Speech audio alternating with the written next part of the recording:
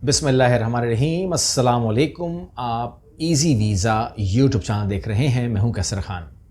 आज मैं आपके सामने यूरोप का एक बहुत ही शानदार मुल्क लेकर आया हूं। नाम है इसका बोस्निया हर्ज़ेगोविना। और अगर मैं आज की बात करूं तो इस अपडेट के मुताबिक जो मैं देख रहा था कि ये जो करेंसी है इनकी, ये तकरीबन 3 अप्रैल को ये थी 160 की, यानी कि एक करेंसी उनकी बोस्निया, एक बोस्नियन जो है वो पाकिस्तान में 160 का था। लेकिन अब ये करेंसी जो है ये 170 पे पहुंच गई है। तो मतलब ये हुआ कि ये करेंसी जो है बहुत तेज़ी के साथ मुझे बढ़ती हुई नज़र आई। फिर मैंने जब बाकी मालूमात की तो इसके अंदर मुझे ग्रो नज़र आया है। और ये 10 रुपये का फ़र्क जो है ये एक छोटा फ़र्क नहीं होता विद इन सम डेज़, ठीक है ना। तो मतलब ये हुआ कि ग्रो कर रहा है इस चीज़ को, ऊपर जा रहा है चीज़। अच्छा, अब एक तो मामला हो गया। दूसरी बात यह है कि आपको यूरोपियन एक्सपोजर मिलता है, यूरोपियन ट्रैवल मिलता है। You can go for work visa, you can go for visit visa, you can go for business visa. इन तमाम को ही मैं इसी वीडियो में कवर कर लूँगा। आप लोगों को ज़्यादा मुश्किल आने वाली है नहीं। और अप्लाई कितना करना है, कैसे करना है, क्या तमाम तरीक़ाकार होगा, यही वीडियो आपको बता देगा। A to Z मालूमात आपको मैं देने जा रहा हूँ। सबसे पहले आपको बता दूं, ये सारा का सारा प्रोसेस जो आपका होना है वो होना है embassy of Bosnia, embassy of Bosnia Herzegovina, Islamabad, ठीक है। ये दिमाग में रखिएगा। इसके अलावा और कोई ठिकाना इसका नहीं है। एक बात हो गई। इसके बाद आप कहते हैं डॉक्यूमेंट, तो डॉक्यूमेंट जो लोग विजिट वीज़ा के लिए अप्लाई करेंगे उनको एक मुकम्मल एप्लीकेशन फॉर्म कंप्लीट करना है, ठीक है। एक कंप्लीट जो कवर लेटर होता है जिसके अंदर आपने बहुत एहतियात के साथ, यानी कि इसके अंदर हमारी टीम जो है वो सबसे ज़्यादा टाइम लगाती है। वजह से क्या होती है कि यहाँ पर हम गलती नहीं कर सकते। ये फेस है इंसान का, आपका, आपके डॉक्यूमेंट्स का, आपकी फ़ाइल का, तो फेस को नहीं बिगाड़ सकते ना। तो फेस के अंदर हमारी बहुत मेहनत होती है। उस मेहनत के बाद ही जो है हम चाहते हैं कि वो जब वो लेटर पढ़ ले तो उसके बाद उसकी जो फ़ाइल है उसकी स्क्रूटनी आसान हो जाती है, ठीक है ना। लेकिन अगर वहीं गलतियाँ नज़र आ जाएँ या वहीं पर कमज़ोरी नज़र आ जाए तो मतलब ये हुआ कि पीछे हालात ख़राब है। तो उसका वीज़ा रिफ्यूज़ करने का माइंड बन चुका होता है, सिर्फ वो फॉर्मेलिटी पूरी करता है। तो कब वो ठीक ठाक होना चाहिए। इसके अलावा आपके जो ट्रैवल कर चुके हैं आप पहले से, अगर किए तो, ज़रूरी नहीं बात कर रहा हूँ, इजाफी कह रहा हूँ, अगर ट्रैवल्स किए हैं तो उनके कलर कॉपीज़ वीज़ा के वो भी आप साथ में अटैच कर दें। इट विल सपोर्ट योर जो आपने कवर लेटर में लिखा है। अच्छा, कि अब मेरा प्रोग्राम बोस्निया का है। अच्छा, अब इसके अंदर आपके पास वैलिड पासपोर्ट होना चाहिए, कम से कम 6 महीने का होना चाहिए। चंद पासपोर्ट साइज पिक्चर होने चाहिए, तकरीबन 4 से 6। इसके अलावा पुलिस कैरेक्टर सर्टिफिकेट लगा दें उसके अंदर, बहुत ज़रूरी है। ये वो लोग कहते हैं कि जी अगर होगा तो हम उसको प्रायोरिटी देंगे, तो आप वहाँ लगा दीजिए। ट्रैवल हेल्थ इंश्योरेंस ये बहुत ज़रूरी होती है, वैसे भी ज़रूरी होती है, आपने लगानी भी है, महंगी भी नहीं होती है, तो लगाने में हर्ज भी नहीं है। बैंक स्टेटमेंट 6 महीने का लगा दीजिए।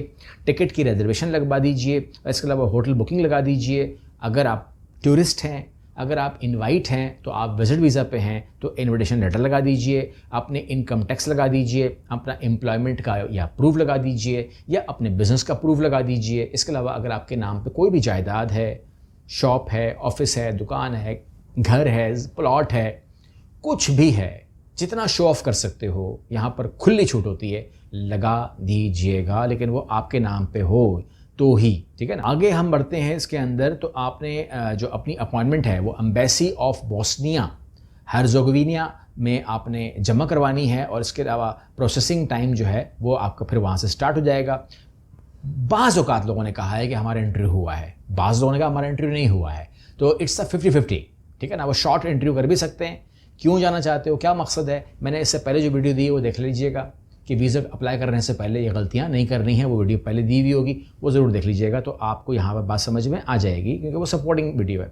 प्रोसेसिंग और वीज़ा कैंसलेशन डॉक्यूमेंट रिव्यू के बाद आपका डिसीजन आ जाता है। नॉर्मली प्रोसेसिंग जो है वो 2 हफ्ते, 3 हफ्ते, 4 हफ्ते भी हो सकती है, डिपेंड करता है आपके डॉक्यूमेंट के ऊपर। और वीज़ा अप्रूव होने के बाद आपको पासपोर्ट वापस मिलता है जिसमें स्टिकर लगा हुआ होता है, इट्स अ स्टिकर वीज़ा, ठीक है। अच्छा, अब इसमें पाकिस्तान में आपको मैंने इन्फॉर्म कर दिया है। अब अगर आप कहते हैं कि जी मैंने कौन से वीज़े में अप्लाई कर सकता हूँ, बोस्निया पाकिस्तान को क्या क्या अलाउ करता है, तो टूरिस्ट वीज़ा, विजिट वीज़ा जो आपको मैंने डॉक्यूमेंट बता दिए हैं ये आपका निकल जाएगा। इसके अलावा बिज़नेस वीज़ा अगर आप कारोबार के लिए जाना चाहते हैं या आपको बुला रहे कोई। वर्क वीज़ा, अगर वर्क वीज़ा हो तो आपको बहुत सारे लोग ये कह सकते हैं कि आप वहाँ जाएँ और कन्वर्ट कर लें। बोस्निया नहीं करता कन्वर्ट, ठीक है ना।